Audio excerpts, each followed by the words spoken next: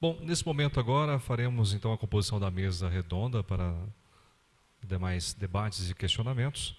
Gostaria de convidar para mediar aqui o nosso diretor, doutor Alexandre. Quero pedir aqui ao pessoal me ajudar com mais 2 cadeiras, por favor, à mesa. Vamos convidar aqui o arquiteto Maurício Teres, por favor, fazer a composição da mesa. O arquiteto Bruno Cabral, acompanhado do seu colega, o arquiteto Vinícius Aires. E também aqui os arquitetos Paulo Gustavo e Avner.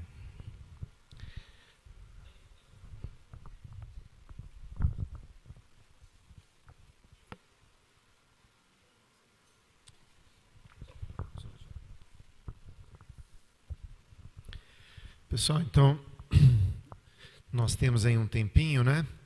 Nós vamos fazer de uma maneira muito simples.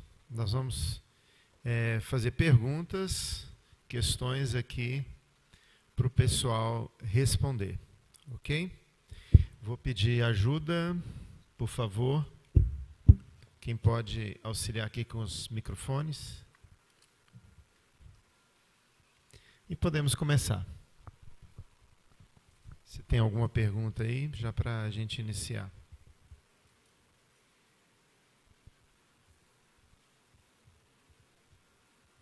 Aí a pessoa se apresenta, fala o nome, de onde é, o período, enfim, e aí faz a pergunta. Bom dia, meu nome é Caroline, eu sou do 10º período da União Evangélica, do curso de Arquitetura e Urbanismo. E a minha pergunta é para o Maurício. Você disse que tem uma equipe, né? De primeiro momento, você tem uma formação de uma equipe, de um grupo, para executar as obras. E, durante o processo da faculdade, a gente sempre discute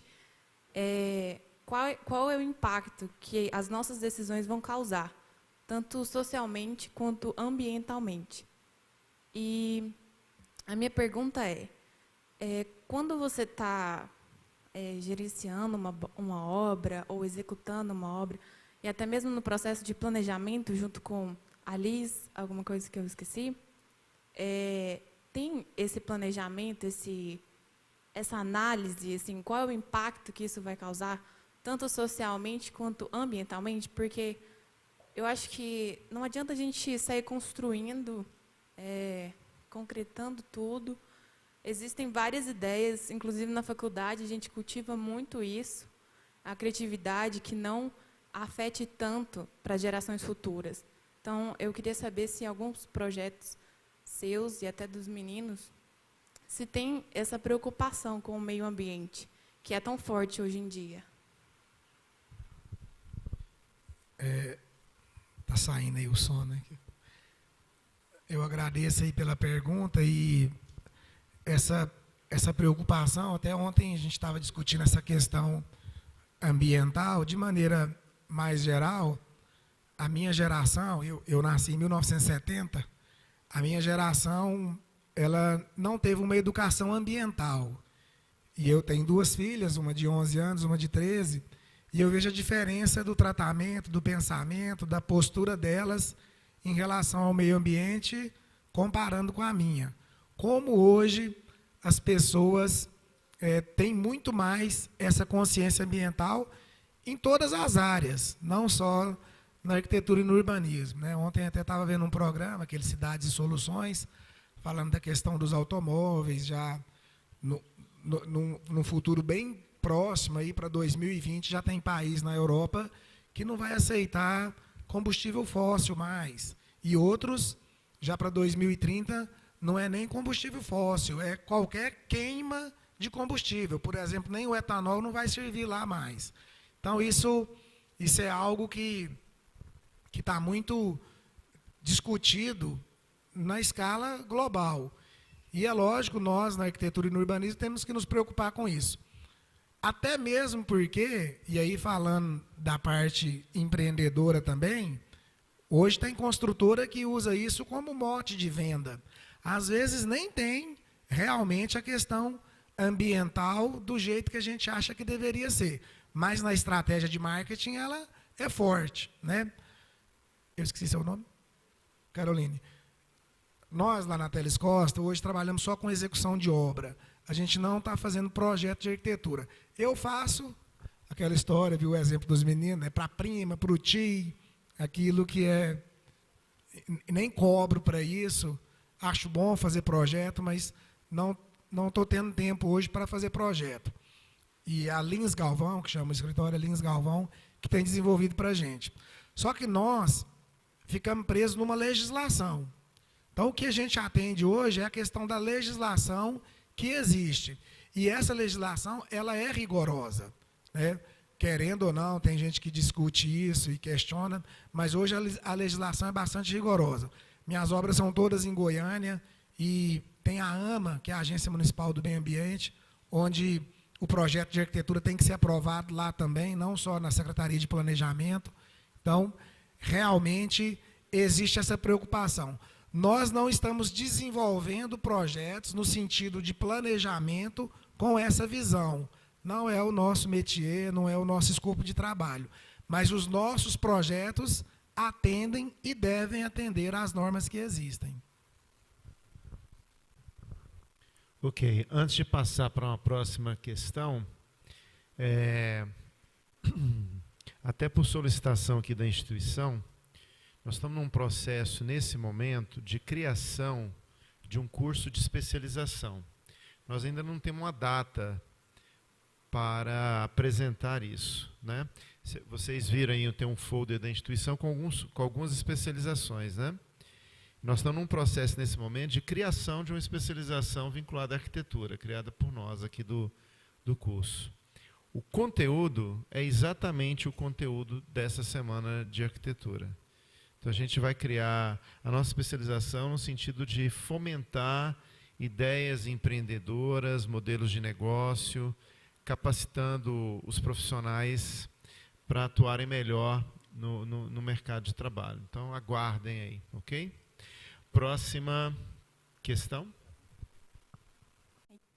Bom dia, meu nome é Lara, eu sou recém-formada também aqui pela União Evangélica e eu queria perguntar para o Quadro Arquitetos.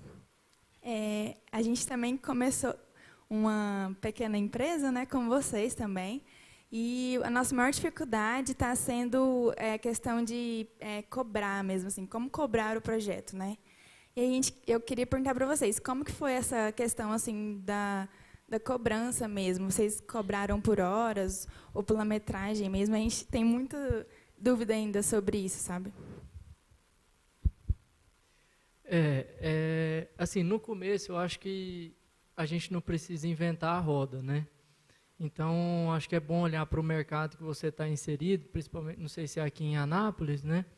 Mas ver o que o pessoal que está junto aí no mercado, não concorrente, né? Concorrente é quem vai cobrar muito menos ou nem fora de mercado, né? Mas os nossos colegas, digamos assim, que estão cobrando aí no mercado, que são próximos a essa faixa de escritório que você está. Acho que o primeiro ponto é esse, a gente também fez próximo a isso. Depois, a gente viu que o mercado ele baseia no metro quadrado, né? E o metro quadrado ele é muito superficial, ele passa por cima de um monte de coisa, né? Desconsidera a complexidade, desconsidera a distância da obra e tudo mais. E aí hoje lá no escritório a gente foi evoluindo isso, começou a cobrar por porcentagem da obra, como a gente estava envolvido na obra, né? A gente falava, o projeto arquitetônico é 2,5% a 3% da obra. Aí a gente cobrava isso, jogava um cube, cobrava em cima disso, mas também não ficou muito bom, não ficava muito claro com o cliente. Aí hoje lá no escritório a gente desenvolveu uma planilha, é uma planilha bem complexa, que tem uma série de informações que a gente insere, né? Ela tem os custos fixos do escritório, o volume de investimento que a gente pretende juntar durante certo tempo, investimentos em infra, investimentos em cursos e tudo mais, e uma série de características do projeto, desde a metragem, do padrão, da distância, quantidade de RRT necessária, se é um projeto para parceiro, se não é, se é um cliente que a gente já conhece que necessita de uma margem de negociação maior, A gente insere tudo isso e, junto com isso, a gente tem, por etapas, a segmentação por horas que a gente imagina serem gastas, né? Então, no estudo preliminar, a gente imagina que esse projeto vai gastar tantas horas e tudo mais. No final disso, essa planilha calcula essas horas, a gente tem um valor fixo da hora, com base nesses outros cálculos que eu falei, e aí multiplica vezes essa hora resultante, mais impostos, e a gente consegue chegar numa precificação. E aí, por experiência, a gente sabe que não foge do que o mercado está cobrando, nem desse cálculo, digamos assim, de mais simplificado, que é da porcentagem da obra. Sempre varia aí um pouco em cima disso. Mas, com isso, a gente consegue ter pelo menos uma parametrização melhor das nossas horas, né? A nossa próxima meta lá no escritório é conseguir sair da estimativa e ir para a realidade, né? Quantificando realmente quanto tempo que a gente gasta em cada etapa. Aí a gente está implantando um programa para quantificar isso em horas, para a gente ver, né, certinho sobre cada tipologia de projeto, quanto que vai gastar e tudo mais.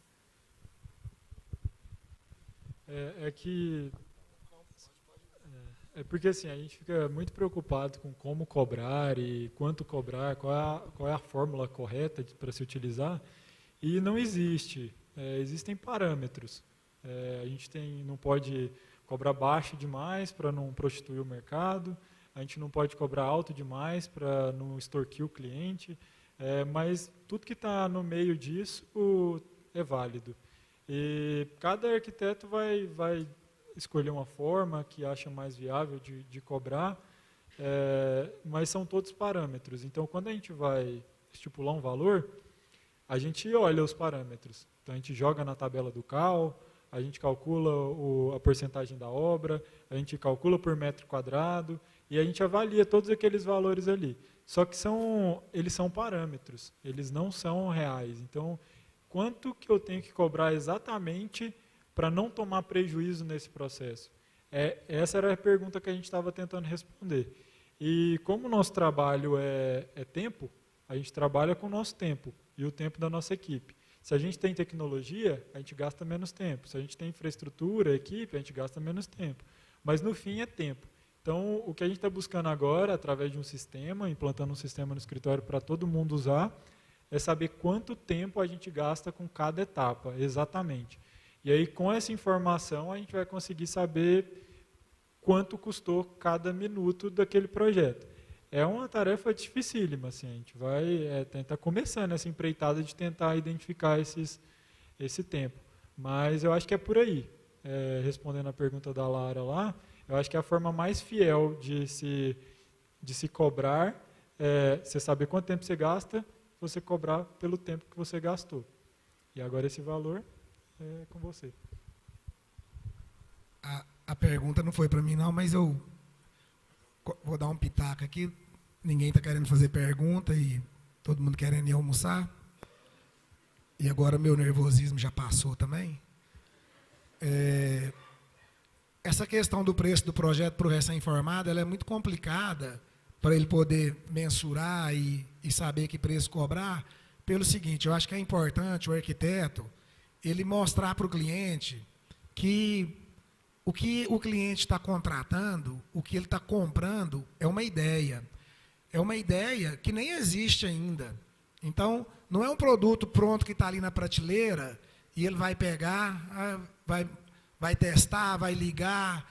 Ou, vamos imaginar um carro, você vai numa loja de carro, seja novo ou usado, mas você está vendo a cor do carro, a forma do carro, você entra, você anda, faz o test drive. Projeto de arquitetura não é assim. Eu acho a maior loucura o cliente contratar um projeto de arquitetura de alguém que ele não conhece o trabalho. E aí o cara que é recém-formado, que trabalho que ele tem para mostrar?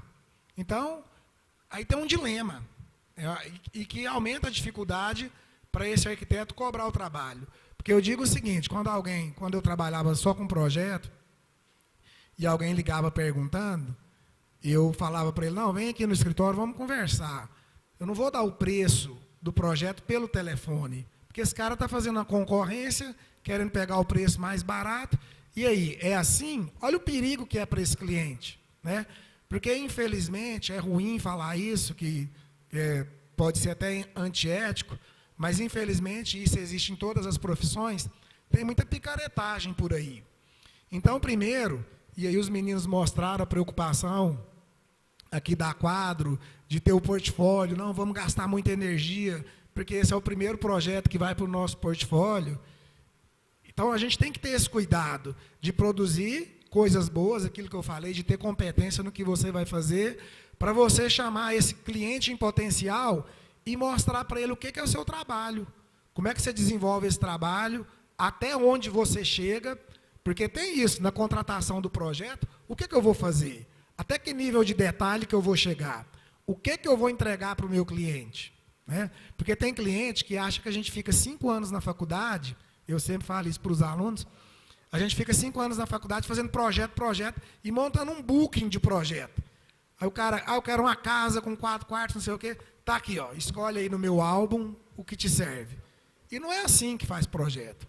Então, a gente tem que mostrar para o cliente o que é o nosso trabalho, de preferência indicar para ele clientes, para ele conversar com o cliente, que é a melhor propaganda, até diferente, né? É a melhor realidade para o cliente, para saber se ele foi bem atendido. Isso que vocês disseram, da preocupação em continuar cativando aquele cliente, porque ele é provavelmente um futuro cliente novamente. Tá? Então é isso, é mostrar o que você vai fazer. Não simplesmente dar o preço, mas o que você vai apresentar? Porque a ideia, ela nem está na sua cabeça ainda. O cara não sabe o que está comprando. Só para complementar, eu gosto muito quando os meninos falam produto, né? Porque realmente o que a gente vende é um produto, só que isso é uma ideia. Então é muito difícil você precificar, e outra, é muito difícil a pessoa entender. O exemplo do carro é bom, mas eu gosto muito de usar o exemplo da TV.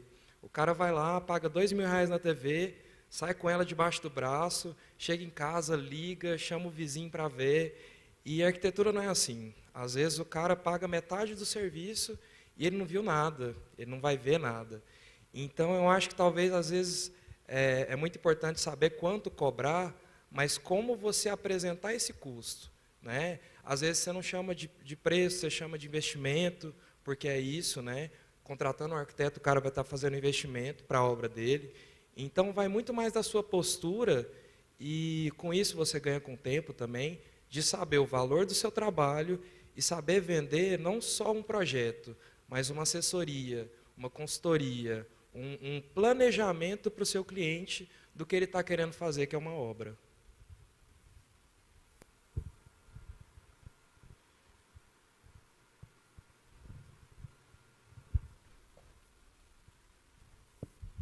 Já que eu levantei, deixa eu falar daqui mesmo. Bom, meu nome é Rodrigo, prazer, eu não conheço os dois ali, o resto eu conheço, né? 2 foram meus alunos, 1 foi meu professor, e o sócio também foi meu aluno, o Matias, tá? Então eu queria perguntar para vocês, porque a gente convive muito com os meninos, e eles reclamam muito, né, do curso muito difícil, né, a pró-reitora falou, curso difícil, complicado, trabalha demais, né? E eu quero saber, assim, na vida pós-faculdade, né? Como é que foi essa vida pós-faculdade? Foi difícil, não foi? A crise, como é que pegou? Você dormia mais antes, você dormia mais depois? Então, a gente quer saber, assim, como é que foi esse momento, assim, a hora que eu saí daqui, né? Foi bom, não foi, né? Já falaram aí que tem umas viradas, né? Umas reuniões, né? Deve ter cerveja na reunião, deve ter uns negócios assim também, né? Queria que vocês comentassem, assim, como é que foi esse momento.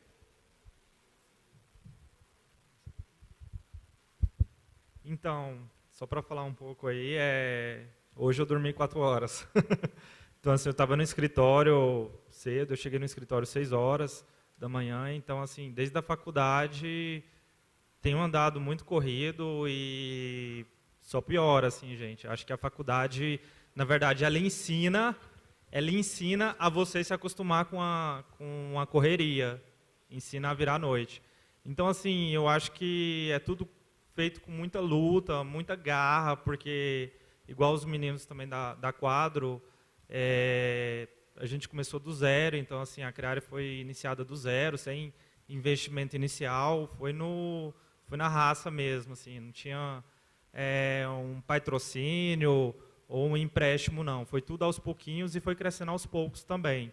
Então, assim, acaba que você nunca pode parar de pesquisar, nunca pode parar de estar estudando, buscando novos conhecimentos também e também se aprimorando para tudo.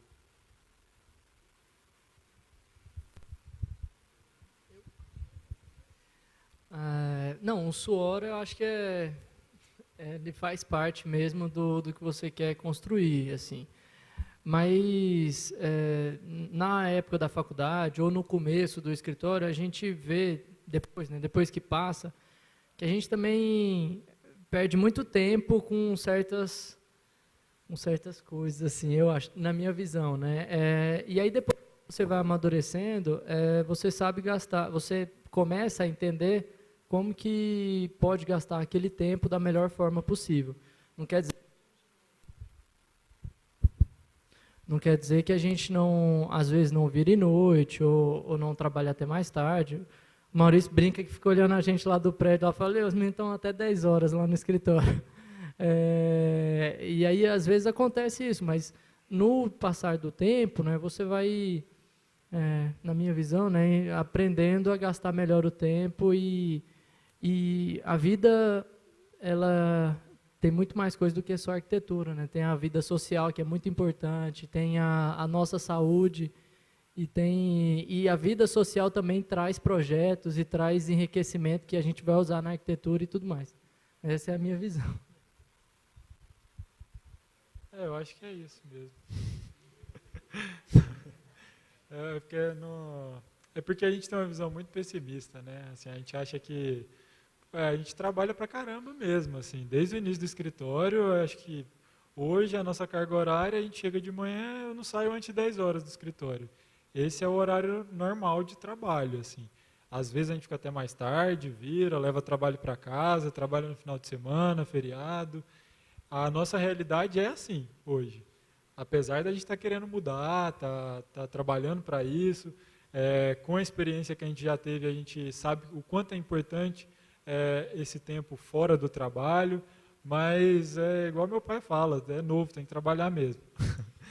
A gente vê que a gente está aprendendo. Talvez se a gente, desde novo, dá valor nessas outras coisas, a gente trabalha menos. Mas eu acho que mar manso não faz bom marinheiro. Então, lá a gente é muito workaholic, assim, a gente gosta de trabalhar e a gente gosta de mudar sempre. Assim, quando a gente foi mudar o escritório, a gente tinha uma sala em cima e a gente foi para a parte de baixo do prédio e a gente já abriu a marcenaria junto. O Fernando foi conversar com a gente e falou, vocês estão loucos, vocês já vão abrir aumentar o escritório e abrir uma marcenaria? Aí a gente falou, porque a gente queria meter a cara mesmo, assim, isso foi 1 ano atrás. E a gente viu que foi um erro grande, a gente deu um passo maior que a perna e a gente teve que recuar. Mas se a gente não tivesse dado esse passo, eu acho que a gente não estaria onde a gente está hoje, a gente estaria andando mais devagar. Então, eu acho que tem que trabalhar muito, tem que ralar mais. A gente rala muito mais que na época da faculdade, com certeza. E as dores de cabeça vão aumentar. Quando tiver filho, então, né, não, Maurício? Vai dar mais dor de cabeça, mas é isso mesmo. Essa a vida é isso aí. Bom, eu sou da opinião dos meninos, só piora. Mas eu acho que a gente tem um benefício com a arquitetura, que é o prazer que a gente tem quando a gente entrega um negócio legal, quando você vê um cliente empolgado, quando você vê um cliente que queria gastar 200, gastando 300, não vai para você, mas você fica feliz do mesmo jeito.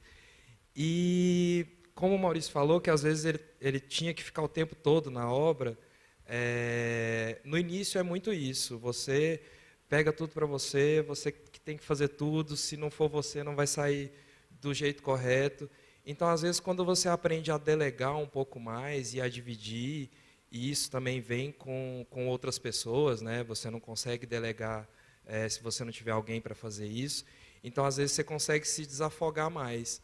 Mas é uma profissão que te exige muito e a gente gosta, né? A gente tem que prestar atenção também que nada melhor do que pressão para fazer um projeto ficar pronto. né? O cliente te ligando ali, como é que é? Às vezes, assim, o que você não fez em uma semana, você faz em 2 dias, igual na faculdade também. Então, é mais trabalhar isso, tentar organizar seu tempo, tentar delegar, tentar ajuda. Eu acho que ninguém faz nada sozinho, então, se você tem pessoas para dividir, às vezes nem é passar um serviço, às vezes é discutir alguma coisa. Cara, estou travadão com essa rampa aqui, ou com essa marquise aqui, não vai ficar em pé. Então, às vezes, você troca ideia com alguém, ou um fornecedor, ou um amigo arquiteto também.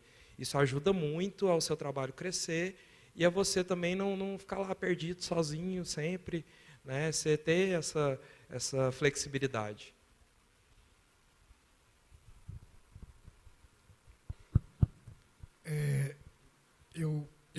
Do meu apartamento dá para ver a janela do escritório da Quadro e eu fico impressionado o tanto que eles trabalham. Todo dia, sei lá, até 10 horas da noite, trabalha demais. Só que tem uma questão, isso que o Rodrigo perguntou, se é mais fácil ou mais difícil. Eu acho que é mais difícil mesmo. A vida parece que a cada dia é mais difícil, né? Aquela história assim, eu era feliz e não sabia. Desde da tenra idade acontece isso, né? Você perguntou de quando tiver filho, né? O meu caso é pior, que eu tenho filha, né? É mais trabalho ainda. Só que tem o seguinte, cada um tem que descobrir a sua vocação, né? A verdade é o seguinte, nem todo mundo vai ser empreendedor, e não tem que ser mesmo, não. Então, às vezes a pessoa não gosta, não quer ser empregado. Meu irmão Murilo, mais velho do que eu, tem 30 anos que ele é empregado na mesma empresa. O Murilo é o empregado que todo patrão queria ter. Não tem igual o Murilo. Caxias, esforçado, trabalhador, mas ele não quer empreender nada. Ele acha bom ser empregado. Deu 6 horas, ele vai embora. Deu sexta-feira, ele só vai voltar na segunda. Agora, se você é dono do seu negócio, você não tem sossego. Tem hora que eu pego o celular, estou abaixando aqui, porque hoje nós temos trabalhando com a gente 200 colaboradores. Eu não tenho sossego. Hora nenhuma eu não tenho sossego. Eu tenho uma roça aí, eu só tenho sossego lá. Quando eu vou para lá sábado e domingo, lá não pega celular, graças a Deus. As minhas meninas não querem ir para lá, porque lá não pega internet, eu não vou pôr. É a hora que eu tenho sossego. Porque hoje você tem que estar online 24 horas. Aí o cara te manda um WhatsApp, se você demora 2 segundos para responder, ele já começa a pôr interrogação. Dá vontade de quebrar o celular na cara do cara.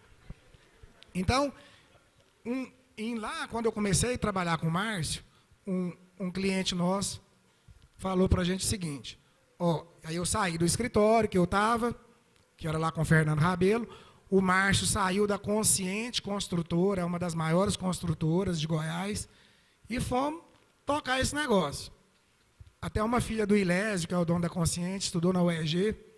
E aí, quando eu e o Márcio estavam lá com uns 2 meses de escritório, o Ilésio, o dono, ligou para o Márcio e ofereceu para ele, o que eu vou falar aqui não é exagero, ofereceu como se fosse hoje um salário de R$20 mil para o Márcio voltar para a Consciente. Aí o Márcio agradeceu demais, mas falou que ia tentar a vida dele com as próprias pernas. Aí o Márcio me contou isso, eu falei, você está louco, Márcio? R$20 mil? Você volta para lá, eu me viro, eu já pedi demissão, se for o caso, eu vou lá no Fernando e peço um emprego de volta, sei lá. Não pode perder isso.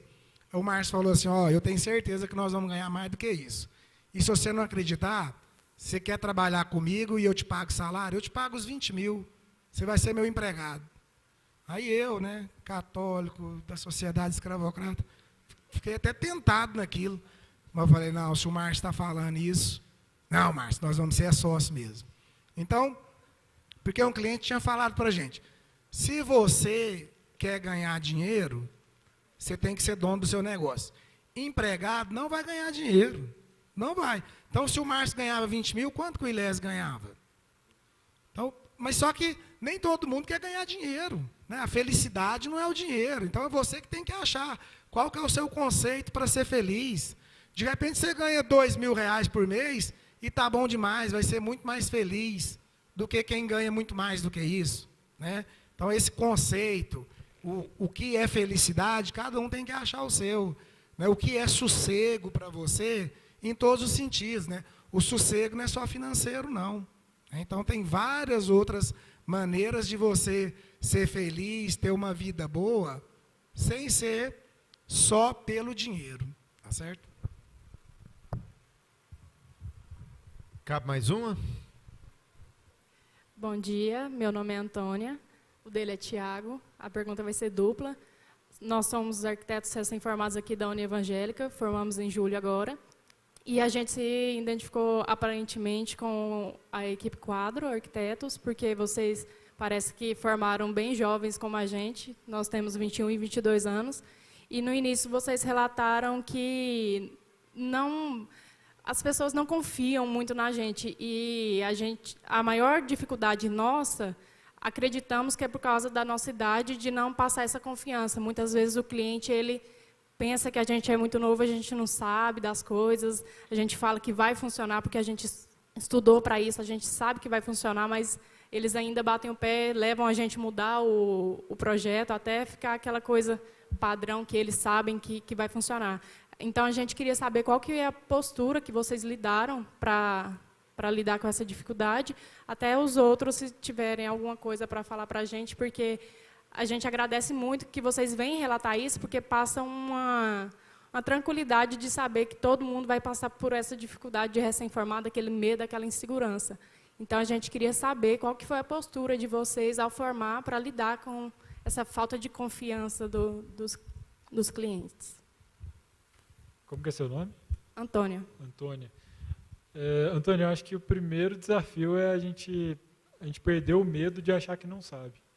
Eu acho que essa é a grande barreira inicial, assim, a primeira grande barreira, porque a gente sai muito inseguro da faculdade. Os primeiros clientes, assim, eles são, ainda bem que é da família, muitas vezes, porque realmente a gente acha que a gente não consegue fazer.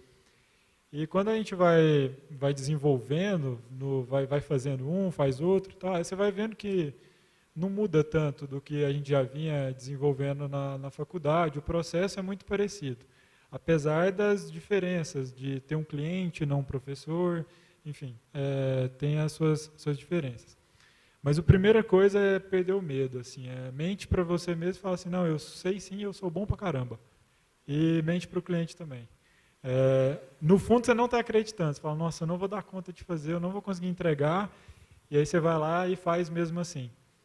Tem uma frase que é legal, né? Corajoso é o que não é o que não sente medo, é o que sente medo e vai mesmo assim. Todo mundo que está aqui hoje fez isso. Achou que não ia dar conta, foi lá, fez e viu que estava, que conseguiu fazer. E a gente faz isso o tempo todo. A última, vou contar para eles. A gente caiu num grupo de WhatsApp de condomínios, de síndico. E aí lá um síndico pediu indicação e aí indicaram, tem a Quadro aqui, você é especialista em condomínios. Aí ligaram lá para a gente, fiquei sabendo que você é especialista. Eu sou. A gente tinha feito uma fachada e uma entrada, uma requalificação para tornar acessível. A gente virou especialista, assim. Aí a gente foi fazer o orçamento, a gente falou, putz, mas como é que faz assim? Como é que a gente entrega um bom produto para eles mesmo? E a gente viu que existe uma concorrência. Todo condomínio tem que ter uma concorrência, porque você tem que apresentar 3 propostas. A gente deu um diagnóstico, porque a gente achou que era importante mostrar com mais clareza o porquê a gente estava cobrando aquilo. Então, a gente, na visita de captação, a gente já ia tirando fotos dos problemas que a gente via, e no orçamento a gente já colocou um diagnóstico. Então, essa parte aqui a gente tem que fazer isso, aquela tem que formar aquilo, isso aqui a síndica relatou esse problema que a gente solucionaria talvez de tal forma. E aí sempre tem mais coisa do que a síndica está pedindo, geralmente, a gente dividiu em cenários. Então, olha, o projeto que vocês precisam é de tudo isso. Se quiser dividir em cenários, a gente pode fazer o projeto disso, num segundo momento o projeto disso, num terceiro momento o projeto disso. A obra ficaria em torno de tanto, pela experiência que a gente tem. E a gente mandava isso junto com o orçamento. Quando chegava lá, apresentava para o conselho, a gente era especialista. Porque o pessoal era muito ruim, assim. A concorrência, o sarrafo é baixo. E é porque o projeto é ruim? Não, o projeto dele deve ser muito bom, mas eles falham no atendimento, eles falham na hora de mostrar um orçamento claro. Então, tem muita coisa que, com reflexão e processos, a gente consegue mostrar valor. Eu acho que é nesse ponto que o recém-formado tem que pegar firme, assim, é mostrar valor, é fazer uma apresentação muito foda, tem render, tem vídeo, tem VR hoje, que os escritórios antigos, para mudar os processos, para conseguir colocar um VR ali, é muito complicado. Para a gente não, a gente é novo, a gente coloca. No nosso escritório hoje a gente apresenta em VR, é um render a mais. E você coloca o óculos, joga no YouTube, é super simples de fazer, para a gente que está familiarizado com essas tecnologias novas. E aí a gente sai na frente, a gente passa lá na frente na apresentação. Acho que é por aí, mostra valor, onde você conseguir, seja por processo, apresentação, atendimento. E aí o conhecimento de arquitetura você já tem, está aí dentro. Não, acho que é isso mesmo. Assim, a gente tem uns momentos de batizado, assim, acho, na etapa profissional, né? Então, igual esse que o Avner falou, a gente teve que pensar uma forma mesmo de mostrar credibilidade, né? Eu lembro que a gente participou de uma licitação para o Hospital Municipal de Aparecida de Goiânia para fazer o executivo, né? E aí a gente conseguiu fechar e tudo mais. E eu lembro que eu tinha 1 ano de formado, né? Eu formei com 22, tinha 23 anos. E aí eu fui na reunião lá e tinham 20 profissionais que iam ficar envolvidos e tudo mais, né? E eu me debrucei sobre a legislação de hospital e tudo mais. Fiquei um especialista em 1 mês, assim. Eu falei, não, eu vou ter que conhecer tudo, né? Eu cheguei na reunião, eu encarei como se fosse uma apresentação de TCC mesmo, né? Todo mundo ia me perguntando, porque eu era o gerente do projeto, eu ia coordenar todo mundo. E aí eu lembro do pessoal falando, não, mas você é tão novo e sabe tanto, né? Mas eu não sabia, né? Foi a pressão mesmo que fez a gente sair da cadeira mesmo e estudar, né? Então tem esses momentos que são importantes e vão acontecer com vocês também. Pessoal, ok? Tem alguma pergunta que, se não for feita, você vai morrer? Tem que ser. Aí nós vamos ser mais breve agora, devido ao horário, tá? Bom dia. Uma coisa que eu queria saber é uma coisa que foi dita agora, no final da palavra deles, e que cada um de vocês tem uma experiência diferente com a questão do avanço das tecnologias com o passar do tempo. Você, por exemplo, Maurício, eu sei que você trabalha há muito tempo nisso e você teve uma experiência maior com essa transição, porque no começo da sua carreira você tinha umas tecnologias que você podia usar para trabalhar. E essa transição ela é importante na área que você trabalha, na área que você atua, porque as tecnologias mudaram e agora usa computador para fazer desenho técnico, por exemplo, e eu queria saber como que foi a sua experiência com isso, e não só a de você, a de vocês também. Porque por mais que vocês não tenham tanto tempo de trabalho quanto ele, isso vai continuar acontecendo, as tecnologias vão continuar evoluindo e vocês vão ter que lidar com alguma coisa diferente no futuro que talvez não exista hoje e vocês não conheçam. E eu queria saber o que vocês pensam sobre essa evolução. Eu acho que...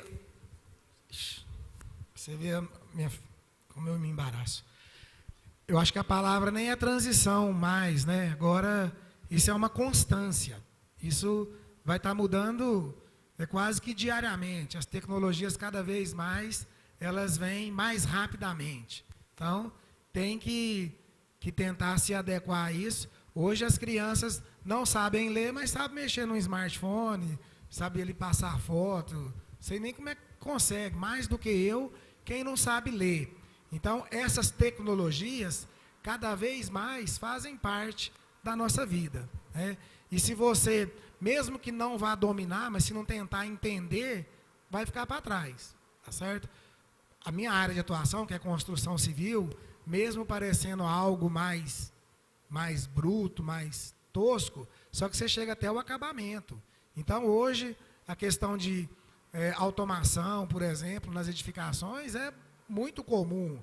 Então, você tem muitos sistemas de informação, tecnologias, principalmente na parte de automação, que envolve. Hoje, daqui o cara pode ligar a banheira de hidromassagem dele lá em Goiânia, e chegar lá, a água já está quentinha.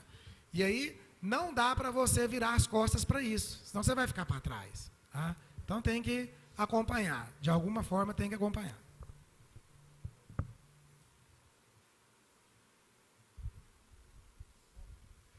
Bom, eu acho que a tecnologia ela é muito boa e a gente não pode se perder dela justamente pela questão de praticidade, qualidade, rapidez de trabalho. Mas eu acho que a pessoa vai ser sempre inevitável. Então, eu acho que é muito bom você estar sempre atualizado. Qualquer profissão, não é só arquitetura. Se um médico se perde na tecnologia hoje, ele está muito mais fodido do que a gente, eu acho. Até por uma questão de prazos e tudo, e tecnologia, e diagnóstico também, que é uma coisa que a tecnologia ajuda muito. Agora, você tem que ver que não dá para você fazer tudo. Não dá para você ser um cara maravilhoso de render, maravilhoso de modelagem, seu desenho técnico é incrível, seu acompanhamento de obra é muito bom, você não dá conta, né? Então, é muito bom você ter toda essa gama disponível, saber utilizá-la, mas saiba que o conhecimento é compartilhado. É melhor quando você vê assim.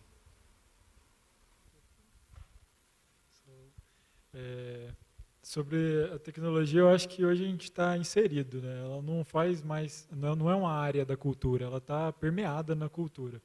A gente vive na era da tecnologia, ela está presente em tudo. Então, no marketing, você não dá para falar assim, vou colocar minha empresa na internet. Ela já está lá. Estão falando sobre ela no WhatsApp, no Facebook, no Instagram. Eu estava vendo as atualizações aqui, vocês postaram muita coisa marcando a gente, né? Então, a gente não colocou nada. Vocês já colocaram. Então, ela já está lá. Então, se a gente não aprende a aprender, a gente vai ser engolido. Os softwares que estão vindo aí hoje, eles, eu discordando de você, eles tornam o ser humano quase desnecessário. Os algoritmos, assim, em várias áreas. Isso vai transformar a forma como a gente faz arquitetura. Eu acho que a arquitetura vai passar por uma grande transformação, em breve, nessa parte de tecnologia. Então, software hoje, a gente usa Lumion, a gente usa Revit. O nosso escritório ele é praticamente só Revit. O CAD nem tem instalado nos computadores mais. SketchUp a gente está diminuindo o uso. Render, a gente não trabalha com Max porque o tempo não é viável. Então, de software, é Revit e Lumion, basicamente. E o pacote Adobe. Só para encerrar assim, essa fala, aprender a aprender eu acho que é a coisa mais importante. Se sai um software novo, aprende, começa a usar, coloca o seu conhecimento que você já tem em arquitetura dentro daquela nova plataforma. Esse conhecimento ele nunca vai se perder, ele só vai ter que ser reformatado. E aí isso aí está mudando muito. Pessoal, então antes da nossa última pergunta, só relembrando, amanhã as oficinas elas começam às 8 horas da manhã, não é? Eu achei que hoje eu tinha uma expectativa de um público maior perante as inscrições que nós fizemos anteriores, e eu acho que quem não veio perdeu, vocês concordam? Né? Queria que vocês auxiliassem nesse sentido aí, né? O que nós temos de oficina para amanhã, gente, vale para um curso com valor, né? Quem for pagar pelo que está aqui, amanhã pagaria um alto preço. E às vezes a pessoa está tendo aqui um preço irrisório e desperdiçando a oportunidade de aprender, de ter conhecimento de primeira. Peço essa ajuda a todos. Então vamos para a nossa última pergunta. E desde já agradeço muito aqui a participação de todos, tá bom? Parabéns. Nós estamos gratos a vocês, a oportunidade de terem vindo aqui, colaborado, né? Eu acho que foi uma injeção de ânimo em todos nós.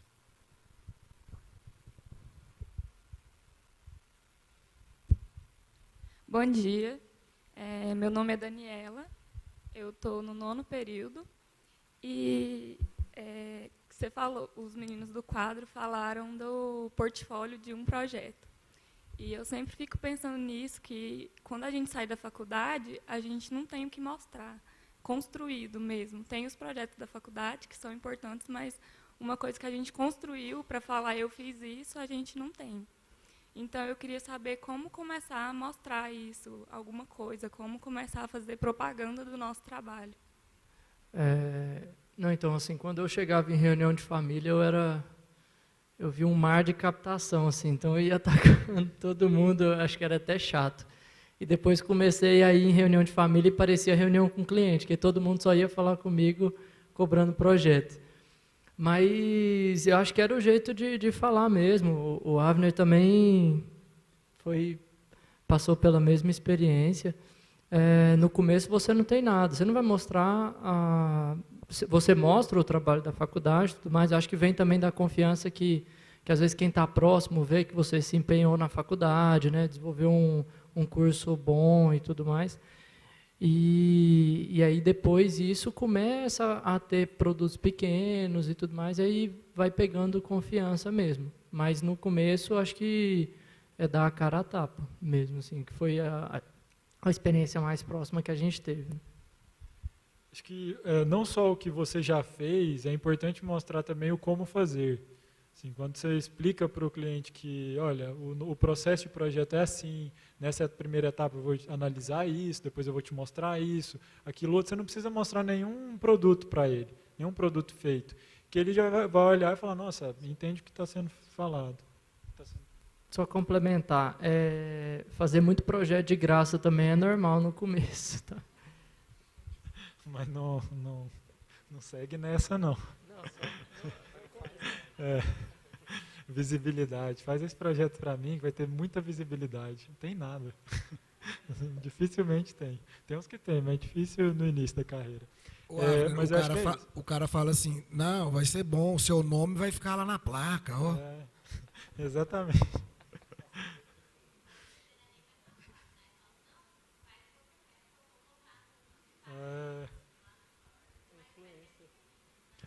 Isso é bom, isso é um fator. Por exemplo, na Stark, naquela loja, a gente considerou. Era uma loja que ia ficar na Ricardo Paranhos, era um investidor que estava disposto a investir um valor razoável. Então, existem essas pessoas que, de fato, a visibilidade conta. A gente deu um desconto para ele, mas ele pagou. Ele pagou pelo projeto. Agora tem muita gente que vai reformar o quarto e, não, visibilidade. Quem que você traz aqui? Mas, assim, o como fazer? Porque você não tem muita coisa feita. Formata o como você faz e apresenta para a pessoa. Isso tem muito valor.